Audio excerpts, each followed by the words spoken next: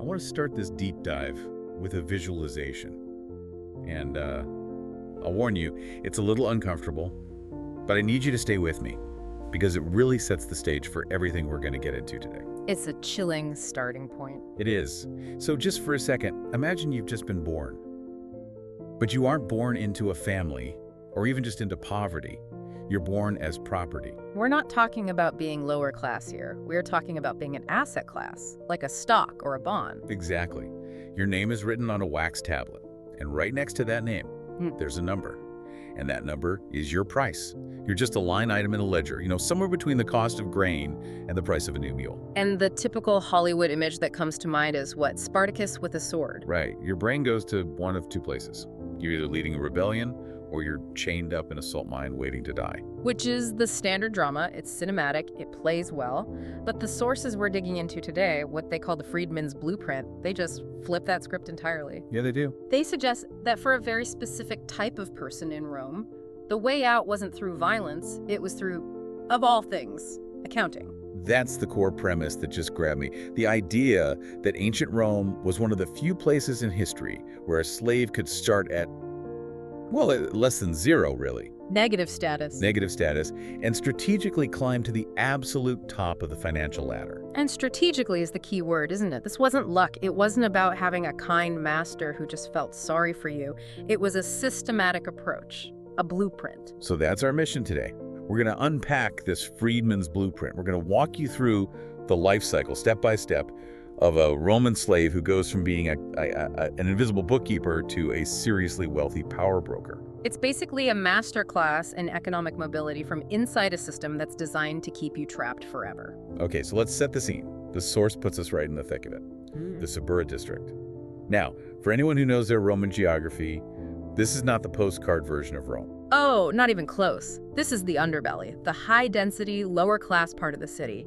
You have to imagine the smoke, the noise, vendors literally shouting over each other. The smell. Oh, the smell of street food mixed with, open sewage. It's chaotic.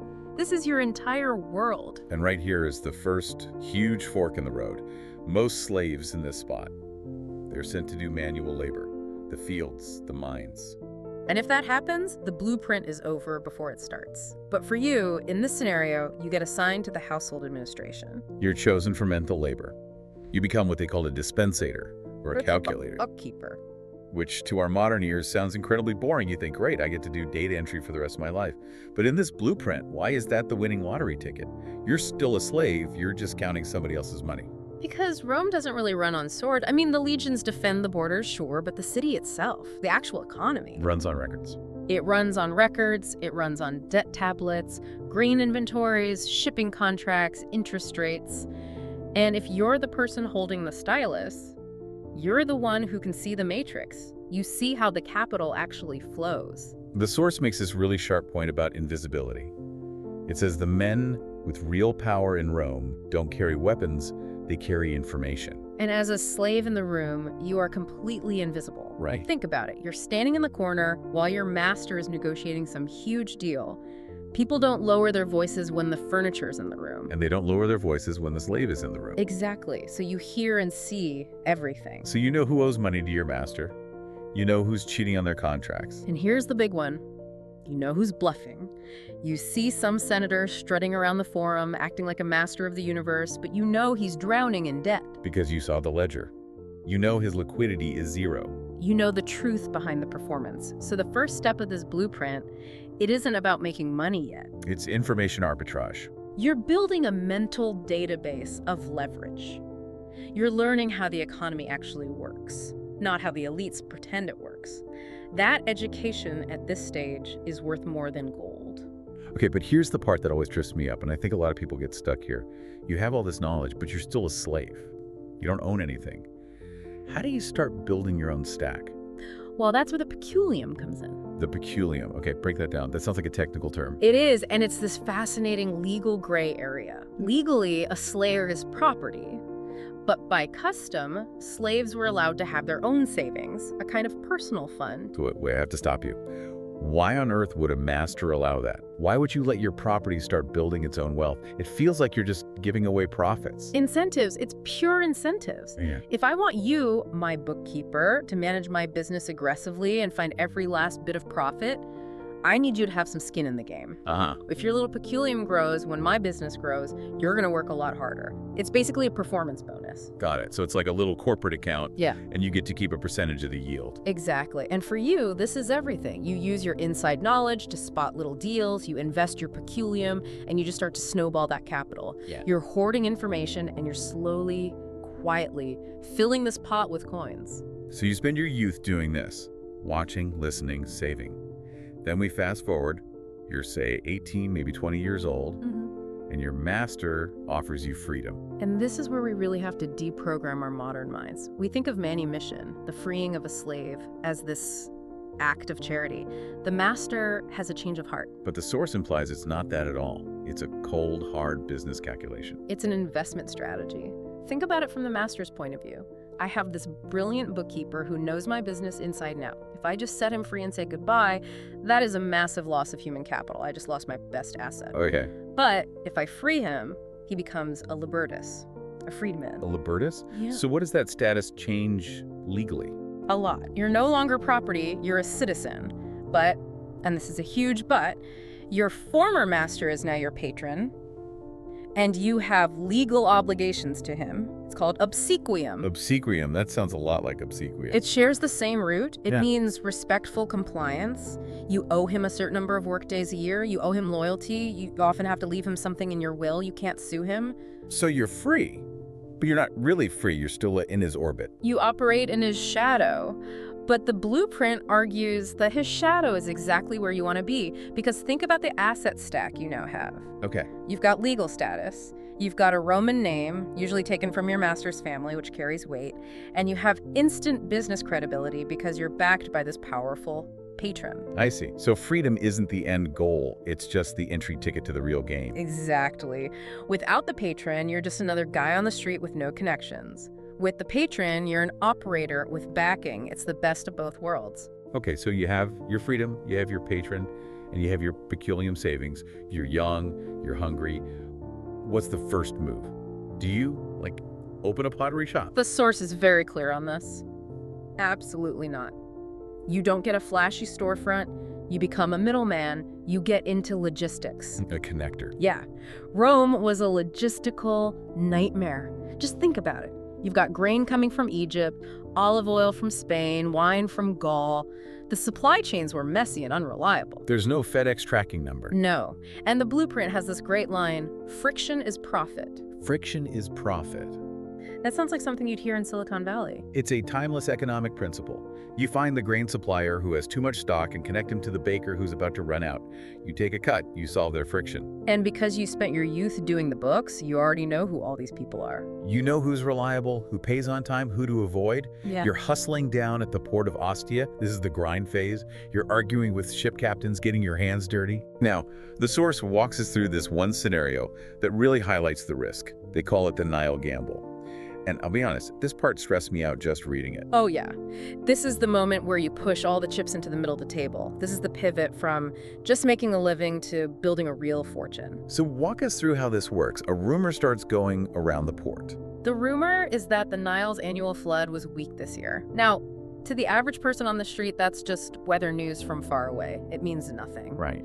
But for you, the operator who understands the system, that is a massive, massive signal. Because the Nile flood determines the size of the Egyptian grain harvest. Exactly. Weak flood means a bad harvest. A bad harvest in Egypt means a grain shortage in Rome 6 months from now. But the shortage hasn't hit yet. The price of bread in the city is still cheap today. That's the key. It's information asymmetry all over again. Most people only react when the crisis is already here. You act on the pattern. You know the lag time. So, what do? You leverage everything, you take all your savings, and then you borrow more money. And we're not talking cheap loans here. You're probably going to loan sharks, paying dangerous interest rates because you need cash now. That's terrifying. If you're wrong, if the rumor's bad, or big shipment comes in from Sicily instead, you're not just broke. You're ruined. You're probably sold back into slavery to cover the debt. It is an all-in bet. Wow. So you take that cash and you buy up grain futures. You buy the rights to cargo on ships that are still out at sea. You buy up warehouse space. And then you wait. You just sit on it. You sit on it. And then the inevitable happens. The grain ships from Egypt don't show up, or they're half empty. Panic starts to set in. The price of grain starts to spike. And that's when you sell. You open the warehouse doors and you sell into the panic. And in just a few weeks, you haven't just made a profit. You have multiplied your capital 10, 20, maybe 50 times over. You've officially transitioned from just surviving to building what the source calls actual capital. That is the aha moment. You stop trading your time for money and you used information to create wealth. But, and this is so important, the blueprint warns you not to stop there. Trading is volatile. You can lose it all on the next bet. Real wealth is built through ownership. And this brings us to what the source calls the operator mindset. Yeah. You've got this pile of cash from the grain deal. You don't buy a fancy chariot. No, you reinvest, you buy assets that produce cash flow, warehouses, transportation contracts, and the source specifically highlights land of vineyard just outside Rome. A vineyard? Why a vineyard? It seems a bit like a vanity project. It seems like it, but it's pure macroeconomics. In Rome, who drinks wine? Everyone. Everyone. Slaves drink it, senators drink it, soldiers get it in their rations. It's a source of calories, it purifies water, it's a social staple. The demand is permanent. It is a recession-proof asset. Okay, but owning a vineyard is hard work. If you're busy with shipping contracts, how are you also farming? And that is the shift from worker to operator. You are not out there crushing the grapes yourself. You're systemizing. You hire a manager, a villicus, to run the day-to-day operations. I remember the source mentioning something about preventing theft through systems, not just anger. Which is such an advanced management idea for the time. If you just rely on being angry and shouting at people, you have to be there all the time. But if you rely on systems audits, inventory checks, cross-referencing records, the business runs itself. You're building a machine. So let's take stock. You're rich. You've got the vineyard, the warehouses. You're a success. But there's a ceiling. A very hard, very real glass ceiling. You are still a liberatus, a former slave. You'll never be a senator. You'll never command a legion. The old money elite will always look at your bank account with envy, but they'll look at your bloodline with disgust. That has to be incredibly frustrating. You've done everything right. You're probably smarter than half the Senate, but you're still locked out. But the blueprint was never just about you. It's a multi-generational game. You can't change your past, but you can buy your future. Or, more accurately, you can buy protection for it. This is the section on buying influence. It sounds a little shady.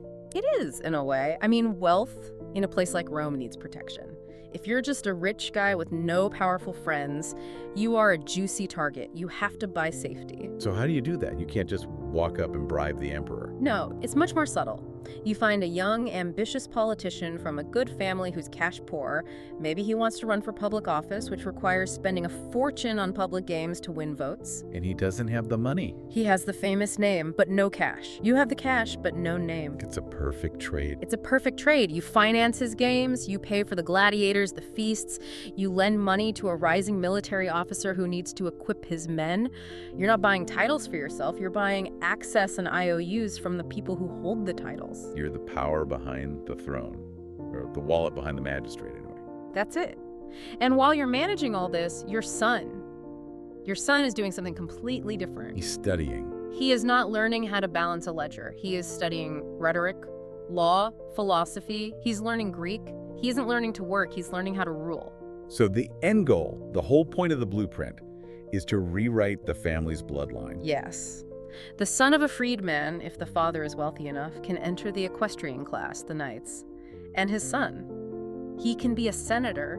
You accept that you'll never fully arrive so that your grandson can be born at the destination. That's actually pretty profound. It's a total sacrifice of your own ego for the next generation. It is. But before we get to that happy ending, there's one last trial. The source calls it the audit, and it says this is inevitable. Right, because success in a place like Rome always puts a target on your back. Always. A jealous rival, a corrupt official who thinks you're an easy shakedown. Suddenly, you're hit with accusations of tax fraud. Government inspectors show up at your warehouses. And this is where most of these new money fortunes would just collapse, right? The state just takes everything. It is. If your foundation is weak, this is the storm that washes it all away. But if you followed the blueprint... You have your defenses ready. First, the records. Remember your bookkeeping days? You never stopped. You have immaculate records. You can prove where every coin came from. Second, your patron. You never cut him off. You kept paying your dues. And third, all those alliances you bought. You call in the favors. You go to that politician whose career you launched. You go to that military commander you helped. You need them to make a quiet phone call, to whisper in the right ears. And maybe you take a strategic loss. You sacrifice a minor contract to make the problem go away. You lose a finger to save the hand. Wealth isn't about avoiding storms. It's about building a ship that's strong enough to sail through them. Yeah. You pay the fine, you swallow your pride, and you survive. So you survive the audit, you weather the storm, and now we get to that final act. The final scene. You're an old man now. You're sitting in your villa out in the countryside. The source describes fountains, gardens, and most importantly, silence. Which is such a powerful contrast to where we started, isn't it? The noise, the chaos, the smoke of the Subura. And now you have bought silence. That's the ultimate luxury good. And your son walks in. And he's not wearing a worker's tunic. He's wearing the gold ring of the equestrian class. He's maybe even considering a run for the Senate. He carries himself differently than you do. He is no longer the son of a slave. He's just Roman elite. That has to be the ultimate payoff, the realization that you actually did it. You rewrote your family's history. And it brings us to the core philosophy of the source. Rome never gave you dignity. The law said you were an object. Society said you were worthless. You had to go out and build your own dignity. You weren't born powerful. You had to become valuable. It's the entire thesis. Rome was just the arena. The market, the laws, the social structure, that was all just the game board. The strategy, the discipline, the blueprint, that's how you played to win. Value is the only ladder that actually works, whether it's ancient Rome or, the modern world. It's all there, solving friction, hoarding information, transitioning from a worker to an owner. The tools have changed. We have spreadsheets instead of wax tablets, but the mechanics of leverage are exactly the same. It really makes you look at your own situation differently. It forces you to ask, am I being that invisible observer? Am I spotting the friction points nobody else sees? Are you building a system, or are you just a cog inside someone else's? Exactly. The source leaves us with this final, really provocative thought, and I want to leave it with you, our listeners. It asks, if you were born in that position as just a number on a tablet, would you have just accepted it? Or would you have had the discipline, the sheer will, to play the game? It's a fundamental question of agency, really. Do you accept the role society gives you, or do you try to write your own blueprint? That is a heavy question to end on, but a good one. We hope this deep dive into the Freedman's Blueprint gave you some new ways to think about value, leverage, and playing the long game. It's definitely made me rethink my investment strategy. Maybe I need to buy a vineyard. Or at least get a better filing system. Thanks for listening, everyone. We'll catch you on the next deep dive.